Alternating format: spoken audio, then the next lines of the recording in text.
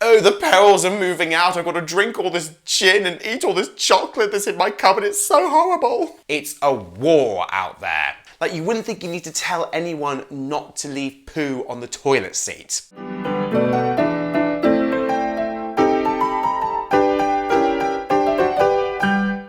Hello darlings, how are you? Oh my goodness, it feels like so long since I've done a proper vlog. I've missed you guys so much, my fab fam. Mwah. As you can see, my lovelies, I'm in my new place. I'm finally starting to get things properly together. I've got the very important things up, like my fabulous sign just behind me. And we've got theatrical posters starting to go up. My Anything Goes Barbican poster just up there. From when I saw it with Sutton Foster, she was just amazing. If you haven't been to see Anything Goes with the Barbican, get yourself down there before it finishes in October, I think it is. And you won't regret it. I'll play a little clip now of the final bow and you can see just how crazy everyone's going.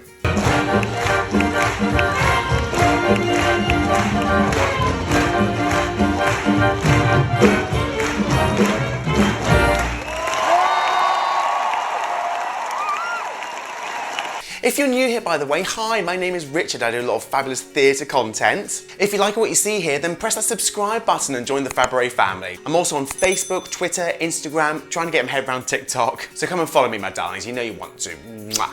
I'm getting really excited as well, by the way, right? Because I'm only a few days away from going to West End Live for the first time ever. Oh, I'm so excited! And I'm also going to see The Prince of Egypt and Cinderella over that weekend, so there's going to be some fabulous reviews coming soon as well. But for right now, my lovelies, don't panic. I'm not doing a theatre video this week. Enough of that.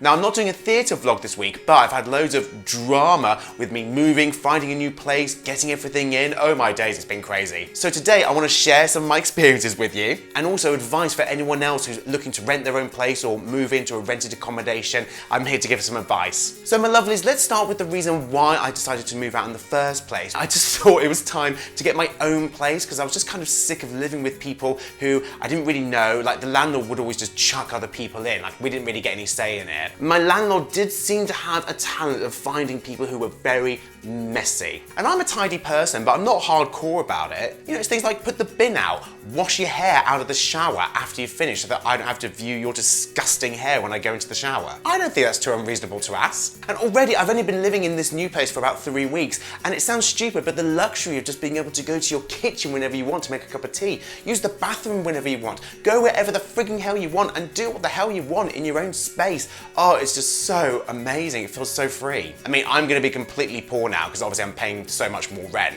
but I'm gonna be poor and happy. I'd rather be poor and happy than having loads of money in the bank and being absolutely miserable. So yeah, I did initially want to move out last year, but of course everything was going on with COVID and lockdown and everything, and I was like, you know what, I'm just gonna stay put. But I made myself a promise that I was gonna get out of that house by this year, and I'm so glad I did. Because in particular, the couple of housemates leading up towards the last few years, nightmare housemates. Oh my days. So one of the housemates that I left behind, I actually had to leave a post-it note on the toilet saying, "Hi, can you please not leave lumps of poo on the toilet seat?" Like, you wouldn't think you need to tell anyone not to leave poo on the toilet seat.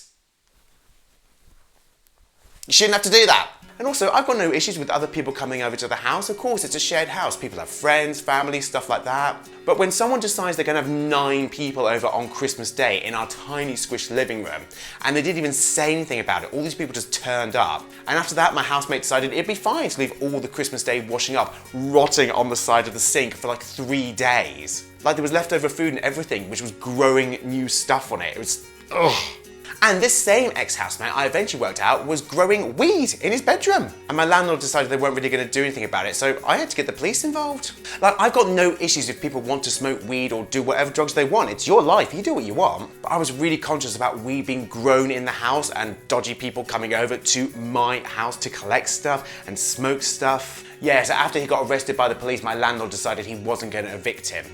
Oh, and there's another housemate who I just left whose girlfriend basically was unofficially living there. Like, I get it, sometimes you have someone stay over, sometimes they're gonna have a shower, have a cup of tea, that kind of stuff. But she was literally there like 3-4 nights every week. And she was using the washing machine. I couldn't get into the kitchen to make food because she was in there cooking. And it's like, love, you don't live here. You don't pay rent or bills. Why are you using up everything and making my electric bill go sky high? Anyway, rant over. So those are the reasons that I decided I had to get my own place. Now, as I said before, my lovelies, I've been living in this shared house for 11 years, so I was way out of the renting game. I had no idea how it worked. But I just want to give some points of advice of what I've learned along the way for anyone else in the future. So number one, I knew from about a year before I was going to move out that I was wanting to move out. So I started saving up money. Like, this sounds like a really ridiculous, obvious thing to do, but think about it. When you find a place, you've got to pay a deposit, first month's rent. You're going to have new bills, new council tax. You have to buy new stuff, everything. It's crazy. So during 2020, when we were in lockdown, I got a job in a pub, and pretty much all of that money I got went towards saving up for this place, basically. I have to admit, it was a funny feeling when I finally got this place and the agency was like, right, it's going to be this so much money, it's loads of money, have you got it? And I was like, yes, I've got the money. We're in the money. Oh my God, no, I've actually just realized we can make this a theatrical video because actually, wait, hang on, look. I'm wearing a 42nd Street t-shirt. We're in the money. Number two, start collecting as many random boxes as you can as soon as you decide you're going to move out. So what I did anytime I got an Amazon order, or if work had empty boxes that they were going to throw out from like catering and stuff like that, I would grab those boxes and take them back to my house. And then I hadn't even found this place yet, but I slowly started packing up stuff that I didn't really need anymore. It's unbelievable how starting to collect little boxes, packing up little things here and there can actually really help you in the long term. Number three, and this is probably the most fun bit of advice, start eating and drinking everything that's in your house so that you don't have to move over that much food and drink. Because one thing I had in my head, I was like, if I start moving over all my drinking stuff, something's gonna spill, something's gonna crash, something's gonna break. So I managed to eat and drink pretty much everything I had in my house. And of course, the important thing is I started with the gin. Oh, the perils of moving out. I've got to drink all this gin and eat all this chocolate that's in my cupboard. It's so horrible. So yeah, it sounds silly, but think about it. Frozen food, it melts. Other dry food, it can all squish up and stuff. And bottles of sauces and stuff can break. So just start getting through all the food and drink you have in your house now so you're down to the bare minimum when you move. What was really annoying, I did all that right, and then when I got the remaining bits of food here, I managed to drop an entire bottle of soy sauce and break it all over the kitchen floor. So yeah, my entire new kitchen smelt of soy sauce for about 3 days. Just another thing happening in the fun of moving. Number four, when you sign up for all these apps and websites and everything, get instant notifications and instant emails based on your range of properties that you want. Because some of them have different options where it says, hey, how often do you want to be told about if there's new places on the map? And initially I signed up for once every 3 days because I was like, yeah, once every 3 days, that'll be fine. I can look at the places and I can call up the people. Great. It's a war out there. I just couldn't believe how much everyone battles over places to find for flat hunting. It's insane. So I learned that lesson the hard way, and then I set all of my notifications to instant. And even then, sometimes I would get a notification, call up the place, and they'd be like, oh, sorry, we're already fully booked for viewings for that. I was like, how? I got the notification 10 minutes ago on my phone. How? Like on most of these places, you can fill in filters of like your minimum rent you're willing to spend, maximum rent, what are important things for you. When I first started flat hunting, I had this magical dream I was going to find a 2 or 3 bedroom flat with a garden and all these lovely things and a big bath. And you realize along the way that you sometimes have to negotiate on what you're going to get. There's no such thing as a dream place. I'm really happy with this place, don't get me wrong. The only thing I really wish I had was like a little private outside balcony. But there is loads of gorgeous green out there, which I'll show you at some time. Actually, it's pretty gorgeous. There's this lovely big tree just outside my house. And so every morning I'm waking up to the sounds of birds and squirrels, and I feel like Julie Andrews and the sound of music. Ah, good morning, everyone.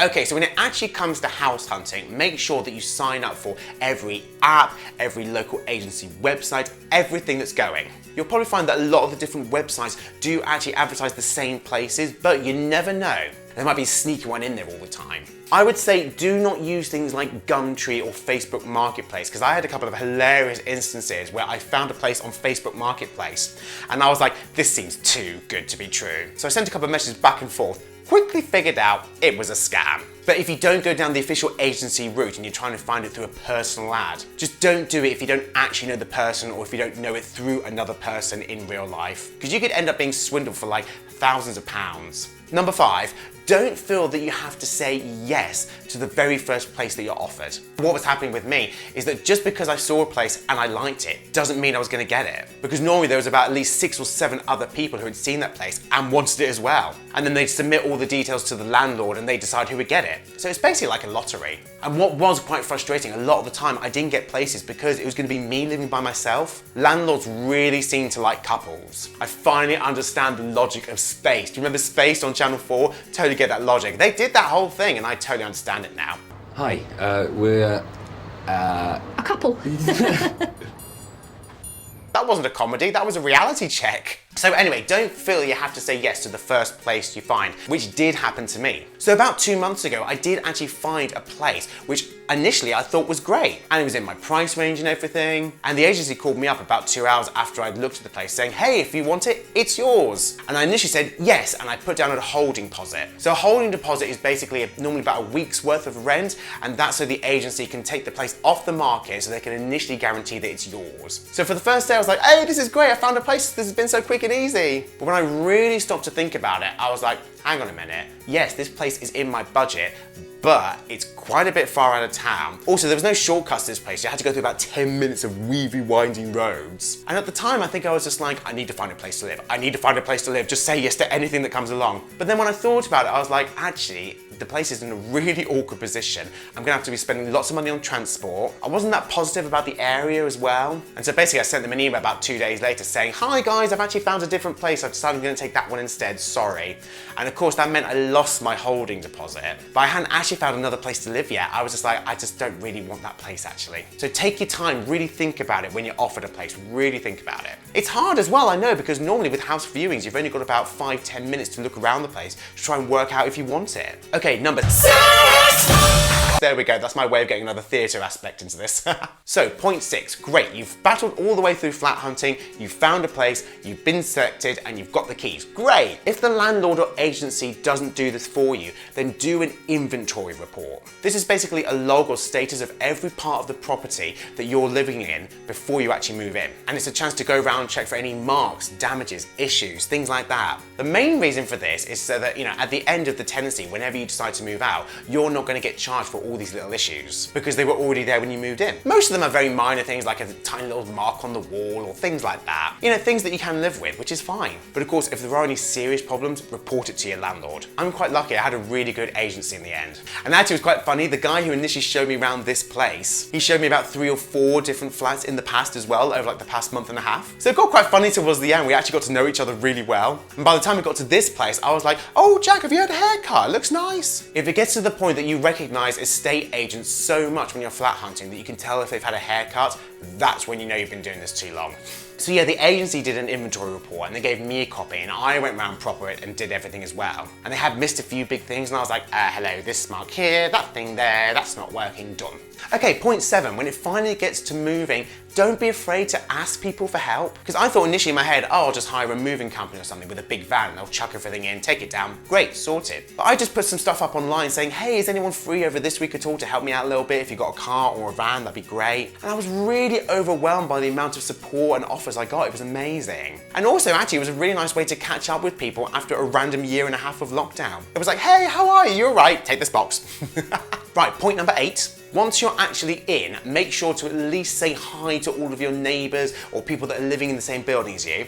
Okay, so I haven't had a chance to do this yet, but the plan is I'm going to write nice little hi letters for everyone and buy packs of chocolate biscuits and put them outside their front doors. Because A, no one can resist chocolate biscuits, and B, it means it'll break the ice if I run into them in the hallway, but like, oh hey, did you enjoy the chocolate bickies? I'm Richard, by the way. Point number 9. Just remember that it will take you quite some time to make the new flat or property into your own home. Like, we have to work, we still have things going on in our lives. And there's been some points where I've been up till 1, 2 in the morning, just like trying to work out how everything's gonna look in the kitchen. Even last night, I was up till 1 in the morning ordering new curtains and table covers and trying to find a sofa. I've been here about 2.5, 3 weeks now, and it takes time. I'm trying to get a room done every couple of days. And I've been doing loads of DIY, like building shelves and getting hammers out and bashing stuff. The place is still intact, don't worry.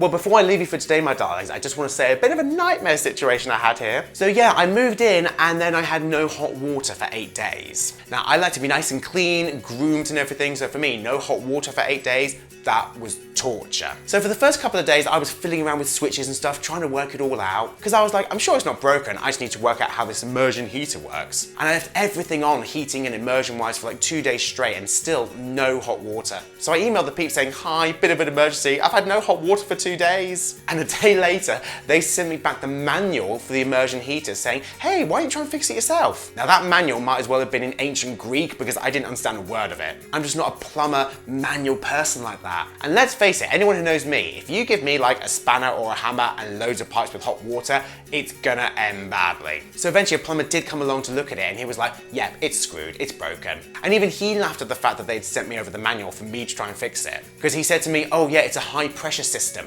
And I was like, I don't know what you mean by that. Basically, apparently a high pressure system is where if there's any kind of little hole, whatever, then boom, loads of water will come spewing out all over the place. Finally though, after 8 days, I did have hot water again. There was an instance where I boiled about 20 kettles or so to actually make myself a lukewarm bath. There were some very dramatic cold showers, and I did manage to get a warm shower at work, so, you know, it wasn't all so bad, but still pretty torturous, yeah. Well, lovelies, that's it for me this week. Thank you so much for tuning in. Mwah. If you like what you see here, press that subscribe button and join the Fabaret family. Yay! So lovelies, don't forget as well, I'm on Facebook and TikTok as Fabaret, and on Twitter and Instagram as Fabaret_Richard. Do follow me and message me, I'd love to hear from you. Mwah. And if you're going to West End Live this weekend in London, Saturday the 18th to Sunday the 19th of September, do leave a comment below, let me know, I'd love to say hi. Well, that's it for me today, my darlings, but next week I'll be bringing you all my fabulous West End Live endeavours, so bye!